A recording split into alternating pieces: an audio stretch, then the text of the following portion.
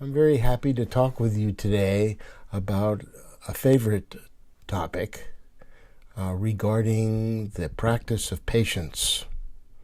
Patience is one of the 6 and 10 paramitas or paramis, or in the later system, the 10 paramitas.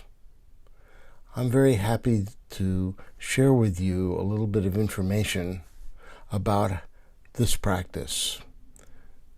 The meditation that follows the teachings of the great monk Nagarjuna. Sometimes you'll hear his name pronounced Nagarjuna. Nagarjuna lived around 150 to 250 CE. He was the 14th in the lineage of the great masters who were the head of the Buddhist Sangha. He's sometimes referred to as a second Buddha because of his great wisdom. Nagarjuna is credited with being the founder of the school called Madhyamaka.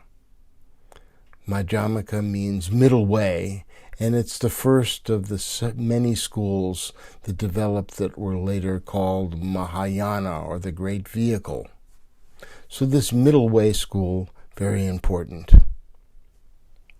Without going into too much detail about Nagarjuna, I would like to talk with you about his views on patience as a guide to people who wish to practice perfecting, or using the term paramita or parami, perfecting their own ability to have patience.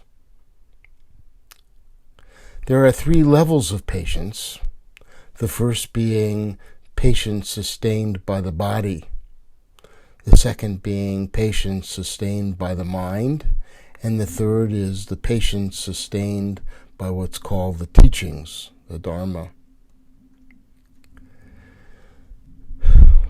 When a person is dealing with patience sustained by the body, the difficulties that may arise are feelings of harm that come from either hunger in animals, torture, weather, or even disease.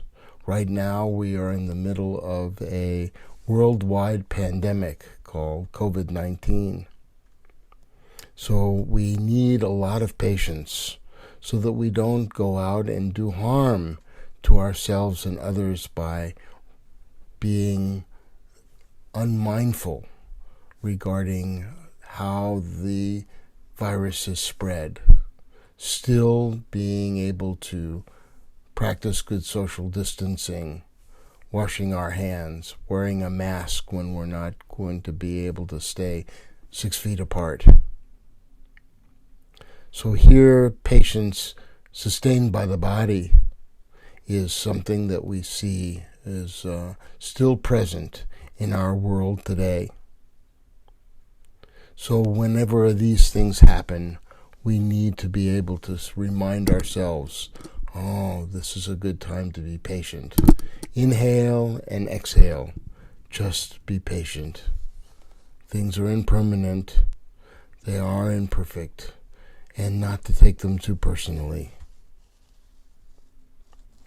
Patience sustained by the mind usually comes in the form of someone's speech coming at us, either with anger or cursing or vitriolic kinds of words, denunciation, even slander, defamation, deception. All of these things can happen. They're part of the world since the time of the Buddha, and they're still happening in today's world. We know that this takes place, and we recognize that our own actions, we try to make them as wholesome as possible. we try to exercise right speech so that we don't answer a blow with a blow, an ill word with another ill word, that we're able to just practice inhaling, exhaling. We become detached from what's called the 8 worldly concerns. So much of what it is that we experience are polarities. We want to have people praise us. We don't want them to insult us. We want to get what we want. We don't want to get what we don't want. We want to have success. We don't want to have failure. We want to be comfortable. We don't want to be uncomfortable. But when we detach from the 8 worldly concerns, these things are things that we set aside and say it's okay that we don't get what it is that we want. It's okay that people may say things to us that hurt our feelings. It's really okay that we don't have success all the time, that we're not always comfortable. We can weather the storm. It will pass. Much of it is just like thunder. It's a sound, but it doesn't cause any real damage or harm. So we want to stop our own response of harmfulness or hatefulness. We want to be able to let that go and not get stuck in those kinds of negative responses.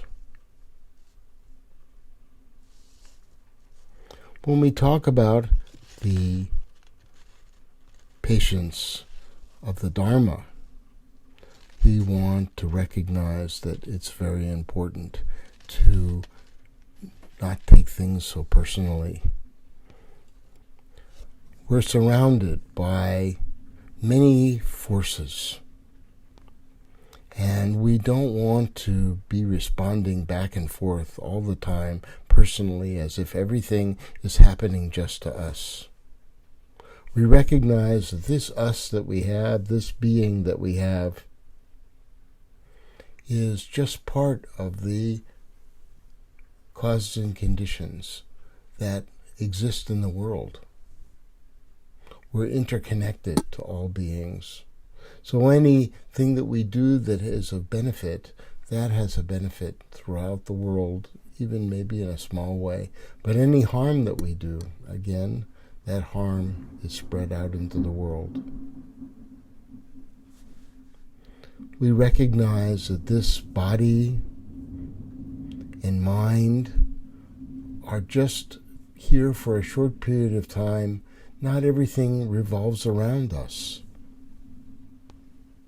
The difficulties that people have been around before we arrived in this form, and they'll be around much longer than we will be.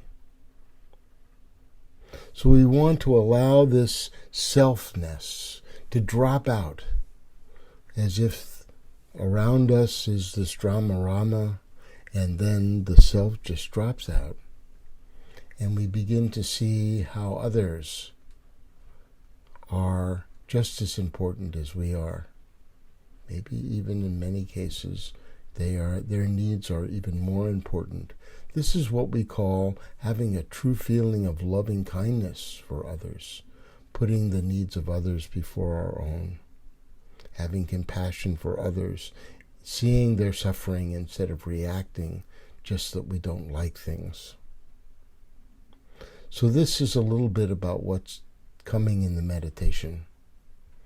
I hope it provides good benefit for you and to others. One more thing.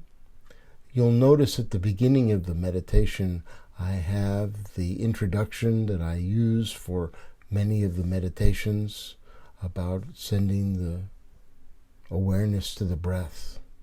But in this case, I use a different description of what to focus on. We say ardent, alert, unified, clear-minded, concentrated, and single-pointed. So what this means For those people who have been practicing, they know that this is a formula that's used by the Buddha for both monks and householders. Ardent means we practice with the full force of our being. Alert means we're paying attention, we're not falling asleep. Unified, in this case, means the beginning of one-pointedness. We bring the mind together. We don't get stuck in being sleepy or in being restless. We can bring the mind together, not so scattered, not so distracted. And then the mind becomes clear. We can see things with some insight. This is all part of the mundane practice. Then the higher level practice of concentration means the mind can go deeper into letting go of the forces that usually rule the mind, that get the mind stuck in worldly concerns. And then single-pointed means the higher level of concentration.